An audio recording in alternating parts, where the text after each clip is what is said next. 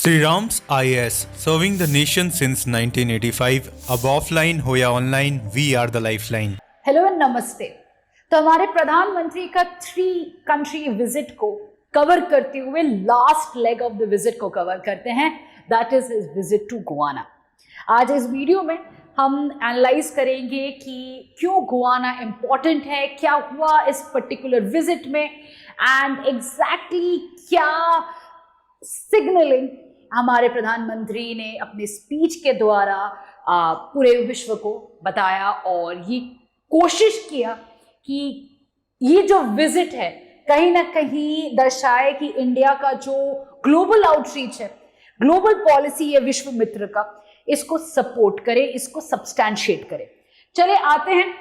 तो सबसे पहले गुआना है कहाँ पे? गुआना सबको पता है लैटिन अमेरिका में है, बट उससे ज्यादा important from the UPSC prelims perspective is a place called एसेकीबो।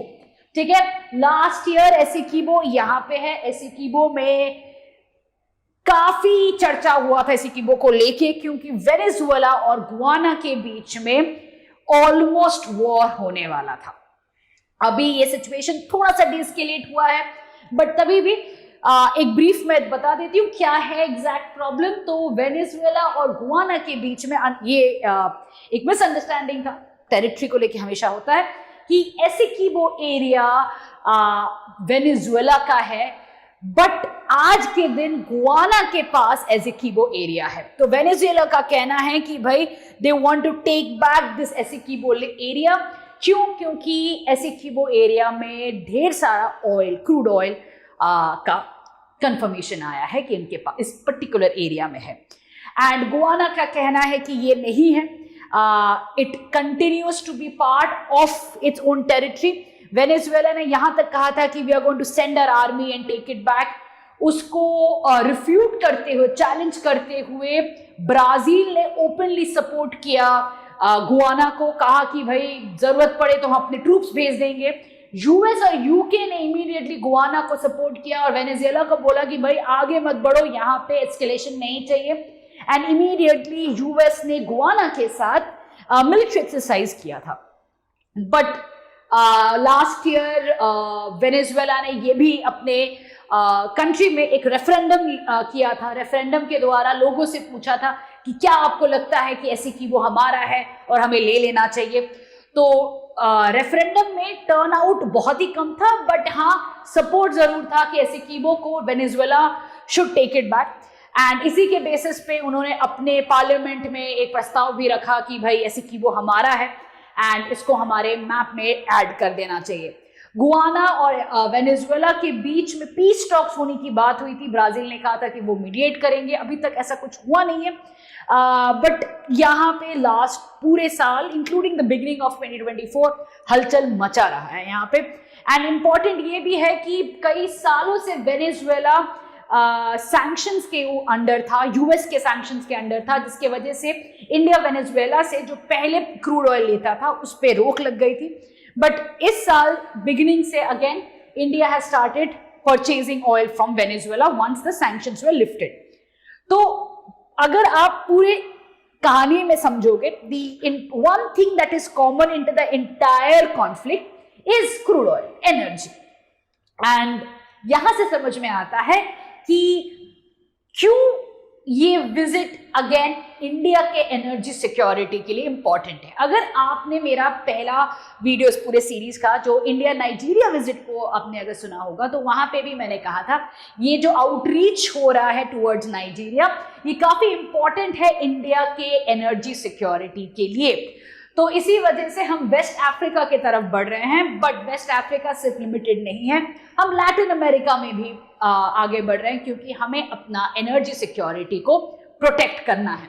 But before I come to the energy security, just wanted to point out कि अगर हम गुआना की बात करें तो सबसे जो इंपॉर्टेंट है या जो सबसे जो पॉइंट फ्लैश आउट होता है, दैट इज द डायस्पोरा।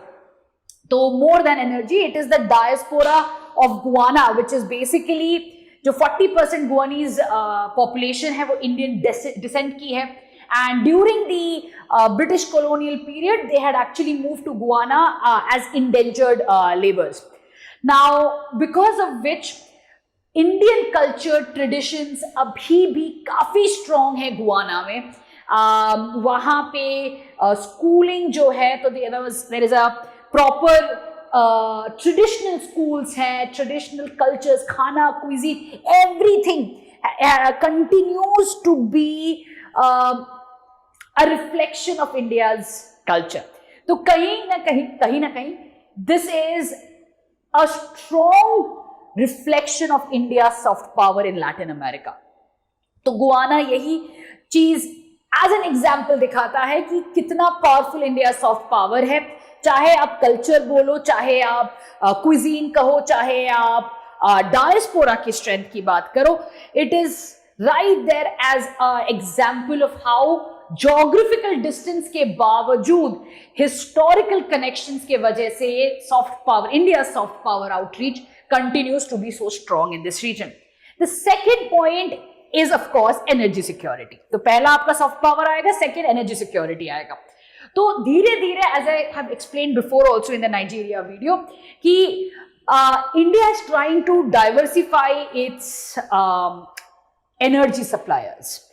तो पहले तो ऑफ कोर्स मिडिल ईस्ट है ही, बट धीरे धीरे रशिया के ऊपर जो डिपेंडेंसी है उसको भी इंडिया न्यूट्रलाइज या थोड़ा कम करने की कोशिश कर रहा है. क्योंकि अगर जियोपॉलिटिक्स में आप देख रहे हो तो war is imminent, China Russia axis is emerging. तो कहीं ना कहीं ये एक प्रॉब्लमैटिक सिचुएशन हो सकता है इंडिया के फ्यूचर के लिए कि अगर कुछ अग्रेशन होता है या कोई चाइना के वजह से कोई भी इशू होता है, there will be problem on India's energy security. इसीलिए diversification is the key. Nigeria is important, इसीलिए Guyana is important.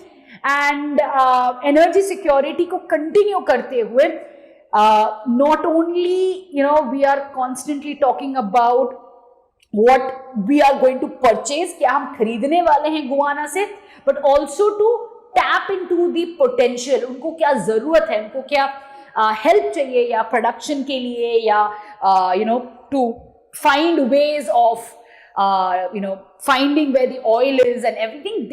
India is right there to help Guyana. तो अगर आप देखोगे तो इंडियन ऑयल कॉर्पोरेशन ने already 1 million barrels of crude oil खरीदा हुआ है. HPCL मित्तल एनर्जी ने भी 1 मिलियन ऑयल खरीदा हुआ है. अलॉन्ग विद इट ONGC विदेश and oil India limited, they are also looking at opportunities into this expanding energy relation that is happening.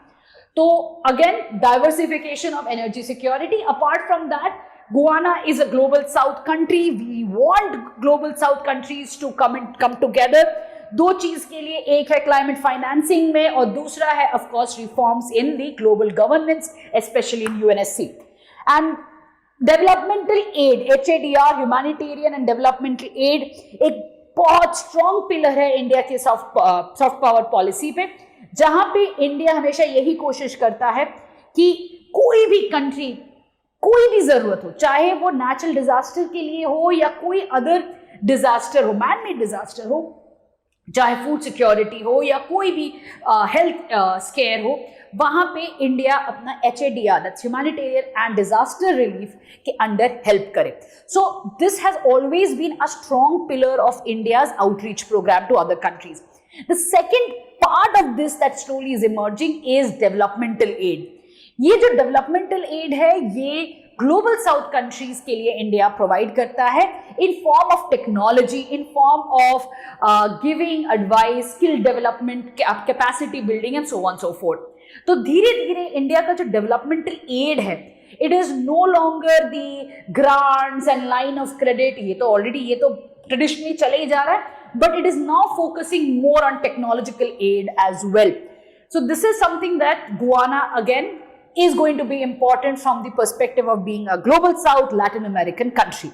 ठीक है, just a recap. पहला क्या है importance? Diaspora, second energy security, and third as a global south country. Moving on, what really happened in the visit? So after the G20 summit in Brazil, Prime Minister Modi visited Guyana. He is the first Prime Minister in 56 years. He was awarded the Dominica Award of Honor. उसके साथ साथ ही addressed a special session in the Guyana Parliament. उस session के कुछ जो important points थे जहां मैंने उनके एड्रेस से उसको भी डिस्कस करना बहुत जरूरी है from the exam perspective. Apart from that, he also visited the Saraswati Vidya Niketan Secondary School, जहाँ पे he interacted with students. He paid homage to Mahatma Gandhi as well as co-chaired the second India CARICOM Summit. तो ये पूरा का पूरा उनका visits के highlights थे. अब इस पर्टिकुलर विजिट में दो चीजें आपको इंपॉर्टेंट है फ्रॉम द एग्जाम पर्सपेक्टिव. एक है the address that he made in the special session in Guyana's parliament. Why? Because this indicates what is India's official position towards Guyana, and that is the Caribbean countries या to Latin American countries and so on and so forth. So इस particular address में से मैंने 4 चीजें important pick up किया है. सबसे पहले तो of course he had talked about the good relations, geographical distance के बावजूद diaspora के वजह से the relations continue have flourished and India's commitment to peace and cooperation. That is a normal statement that any prime minister would make in a different country, and that is there at the beginning of the speech. But what is more important is the statement of democracy first, humanity first. So what does this mean? Our prime minister basically said that आज के दिन पे अगर हम बात करते हैं, it is important कि democracy, that is the voice of the people are heard. ये हमारे डीएनए में है. तो he has said that democracy is in our DNA, vision, conduct and behavior. And India and Guyana, being a democratic countries, are going to be like-minded countries, are going to be natural allies. Second thing he talks about humanity first. He says that जब हम humanity first की बात सोचते हैं, जब हम humanity को आगे रखते हैं, we kind of will only focus on what is good for both of us. We are going to look at development of both of us, what is going to be important for the entire world, that is peace and cooperation rather than the conflicts. So he is then pointing out that the result of keeping humanity first and democracy first will lead to an inclusive world which is going to be peaceful. So ये जो idea है, it's a very important idea given in his speech. The second thing that he has talked about is that India has never talked about ideas of expansionism. Now ये किसके लिए address कर रहा है? China के debt trap को address करता है. एंड यही चीज को एड्रेस करते हुए prime minister is saying that भाई हम चाइना नहीं है, हम एक्सपेंशनिज्म पे नहीं बिलीव करते हैं, हम कैपेसिटी बिल्डिंग, स्किल बिल्डिंग पे बिलीव करते हैं, हम आपकी क्या जरूरत है उसको देने पे बिलीव करते हैं, साथ में बढ़ने पे बिलीव करते हैं. What is this policy? It is called the security and growth of all in the region, Sagar policy के basis पे. That's what he's addressing, right? So it is all about the idea of growing together and rather than exploitation, rather than expansionism. That is the second point. The third point he talks about is that this is not the era of conflict को बढ़ाते हुए he continues to say कि भाई conflict का तो time है नहीं, but क्या है टाइम? इट इज इंपॉर्टेंट कि हम आइडेंटिफाई करें कि किस लिए ये कॉन्फ्लिक्ट्स हो रही हैं, उनको हटाया जाए. ठीक है, कॉन्फ्लिक्ट्स इतनी सारी जो हो रही हैं ये सबसे ज्यादा डिस्टर्ब करती हैं ग्लोबल साउथ कंट्रीज को. तो ग्लोबल साउथ कंट्रीज अगर आइडेंटिफाई करें कि भाई इस पर्टिकुलर रीजन्स पे हो रही है, तो it will be easier for them to be removed, right? And this is something that India wants to do as a Vishwabandhu, right? So again, a different word, Vishwamitra ke jagah pe he used the word Vishwabandhu. So that's the third thing he talked about. The fourth thing he talked about, the fact that Guyana should be seen as a land bridge between India and Latin America. Sorry, not a land bridge, seen as a bridge. Seen as a bridge between India and Latin America, and he said that there should be prioritization for women-led development and stronger exchanges between the two countries. And to support the stronger exchanges, 10 MOUs have been signed. ठीक है, अब कौन से 10 MOUs हैं? 10 MOUs largely talked about the UPI system का deployment in Guyana. Second is capacity building of Guyana's military through training and scholarships. And he also mentioned that India had supplied 2 Dornier aircrafts to Guyana this year. इसके साथ साथ skill development पे, capacity building पे, food security of Guyana को ensure करने पे, then using of technology for cultivation, food security के लिए, Then one of the MOUs also talk about setting up of a Jan Aushadhi Kendra, and the other one talks about coming together for reforms in global institutions like UNSC, right? So all of this were part of the 10 MOUs, which is going to be important for improving ties between India and Guyana. Now, these MOUs indicate what are the important pillars of cooperation. So, हमेशा answers में तो आपको लिखना ही पड़ता है कि भाई cooperation and conflicts. So, these MOUs are going to be areas of cooperation between India and Guyana, while the conflict is going to be about balancing India's Venezuela relations with India-Guyana relation. Now, moving on, is particular visit में, of course, the second India CARICOM summit took place. Now, what is CARICOM? It is an international organization of Caribbean countries. There are 15 countries, and 1973 में established हुआ था with the Treaty of the Chaguaramas. And what is important, again from the perspective of writing your answer, कि जो पहला India CARICOM foreign ministers meeting था, एकदम पहला indication जो था मीटिंग का, वो 2005 में हुआ था. उसके बाद 2015 में हुआ था.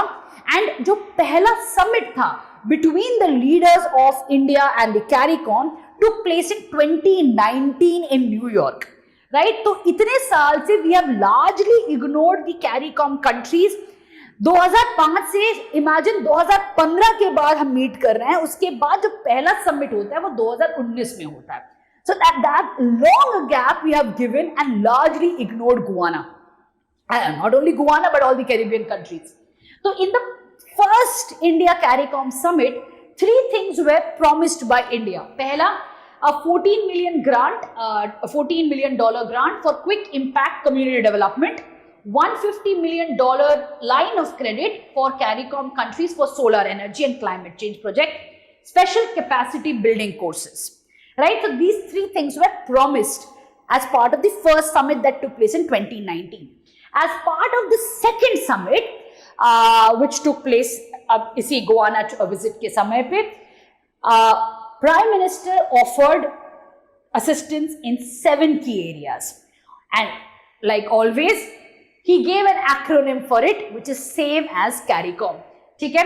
तो CARICOM के acronym के basis पे 7 key areas बताए गए हैं. अब क्या है areas? Capacity building, agriculture and food security, renewable energy and climate change, innovation, technology and trade, cricket and culture, ocean economy and maritime security, medicine and healthcare. This is the 7 key areas that have been finalized under the second India CARICOM summit. In particular, he talks about capacity building, where he says that 1,000 more iTech scholarships will open up in the next 5 years. With regards to agriculture, he talks about using of technology for food security, and that is something India is going to help the CARICOM countries with. With regard to ocean economy, there's an interesting thing that our Prime Minister said. He said that India would be happy to help convert the sargassum seaweed into fertilizer. So this is where India is going to help with the pertinent problem of the Caribbean countries and will convert it into a fertilizer. Apart from that, he also talked about when it comes to renewable energy and technology and other things, he invited the Caribbean countries to join the global alliances that India has formed, including the Solar Alliance and the Biofuel Alliance, in which he says that if countries come together, it would be again helpful in working together, right? And of course, apart from these 7 key areas, there was of course a talk about what is important for Global South. He also talked about the Voice of the Global South Summit and how it is important to come together as a bloc of Global South countries and to voice their concerns. Now this, according to me, has been a successful visit. Why? Because not only bilateral ties have been emphasized, but also the India CARICOM Summit, the second summit, does indicate that how India is slowly engaging with multiple partners despite geographical distance, despite such a long gap in political engagement. Now, this will indicate that India is going to look into areas that were earlier ignored, such as West Africa as well as Latin America, and India is going to step up in its global engagement. With this, I'm going to end today's lecture. I'll see you in the next one. Till then, bye. Sri Ram's IAS, serving the nation since 1985. Ab offline, hoya online, we are the lifeline.